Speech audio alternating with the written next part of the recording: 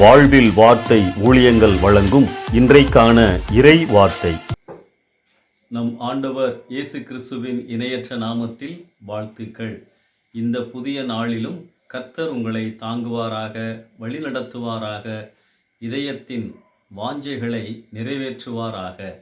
அன்பானவர்களே, இன்றைக்கான இறை வார்த்தை நிகழ்ச்சியிலே கடந்த 2 நாட்களாக கர்த்தரை தேடுங்கள் என்ற தலைப்பிலே நாம் தியானிக்கின்றோம். கடவுளை ஏன் தேட வேண்டும், அவரை தேடும் பொழுது என்ன நடக்கிறது என்று சொல்லி நாம் தியானித்தோம். 3ஆவதாக கடவுளை எப்படி தேட வேண்டும், வேதம் என்ன கற்றுக் கொடுக்கிறது என்பதை பார்க்கலாம்.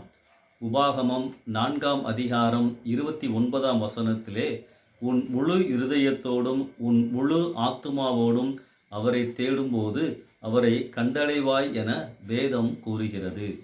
இங்கே முழு இருதயம் என்ற வார்த்தை முக்கியமானது. இதில் முழுமையான நம்பிக்கை, முழுமையாக அவரையே சார்ந்திருத்தல், ஆண்டவர் எதிர்பார்க்கும் பரிசுத்தம், இவைகளெல்லாம் அடங்கியுள்ளன. 2 நாளாகமம் 34ஆம் அதிகாரத்திலே தன்னுடைய இளம் வயதில், அதாவது தன்னுடைய 16வது வயதில் ஆண்டவரை தேட ஆரம்பித்த யோசியா ராஜாவை குறித்து வாசிக்கின்றோம். அவர் எப்படி தேடினார்?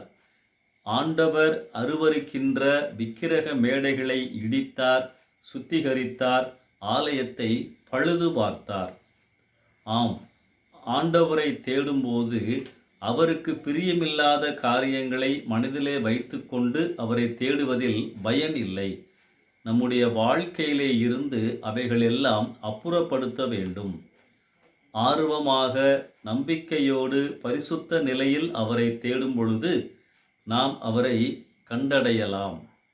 வீட்டில் இருக்கும்போது ஒரு ரூபாய் நாணயம் தொலைந்துவிட்டால் தேடுவோம். ஒருவேளை கிடைக்காவிட்டால் அதிக சிரமம் எடுக்க மாட்டோம், போனால் போகிறது என்று விட்டு விடுவோம். ஆனால் அதே வேளையில் ஒரு 500 ரூபாய் நோட்டு ஃபேன் காற்றில் பறந்து எங்கேயாவது தொலைந்து விட்டால் நாம் எந்த மனநிலையுடன் தேடுவோம்?